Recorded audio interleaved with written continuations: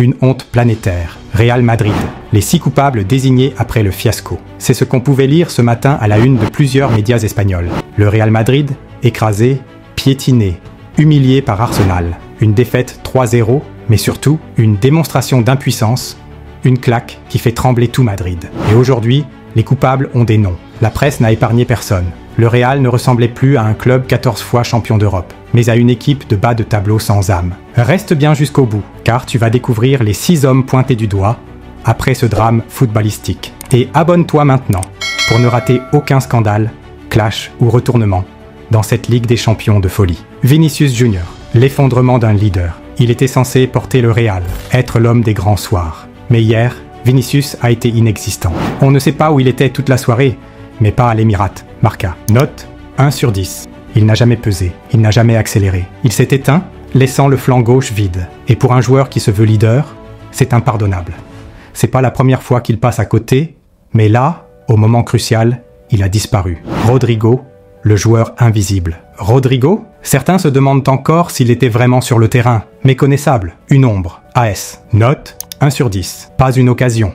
Pas un dribble réussi, pas un geste dangereux. Il a regardé Arsenal jouer, une prestation qui interroge sur son vrai statut dans ce club.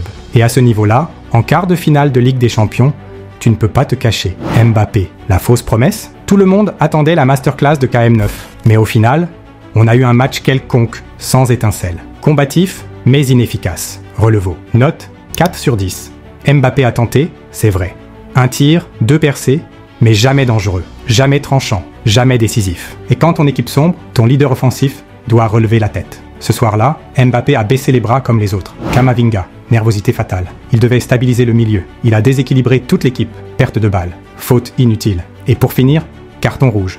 Note 3/10. Encore une fois, il a craqué sous pression. Relevo. Camavinga est jeune, oui, mais il est censé avoir la grinta, l'impact. Au lieu de ça, il a laissé ses coéquipiers à 10, sans aucune maîtrise émotionnelle.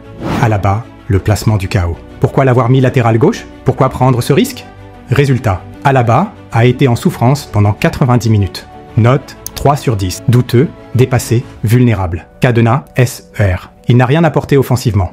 Et il a laissé son couloir ouvert comme un boulevard. Face à une équipe comme Arsenal, c'est du suicide. Ancelotti, le capitaine abandonné. Ancelotti a regardé sans agir. Des choix douteux, aucune réaction en cours de match, pas de changement de système. Arteta l'a humilié tactiquement. El Mundo, note 2/10. Il avait l'expérience pour éviter ce genre de naufrage, mais hier, il a été résigné, dépassé et invisible comme ses joueurs.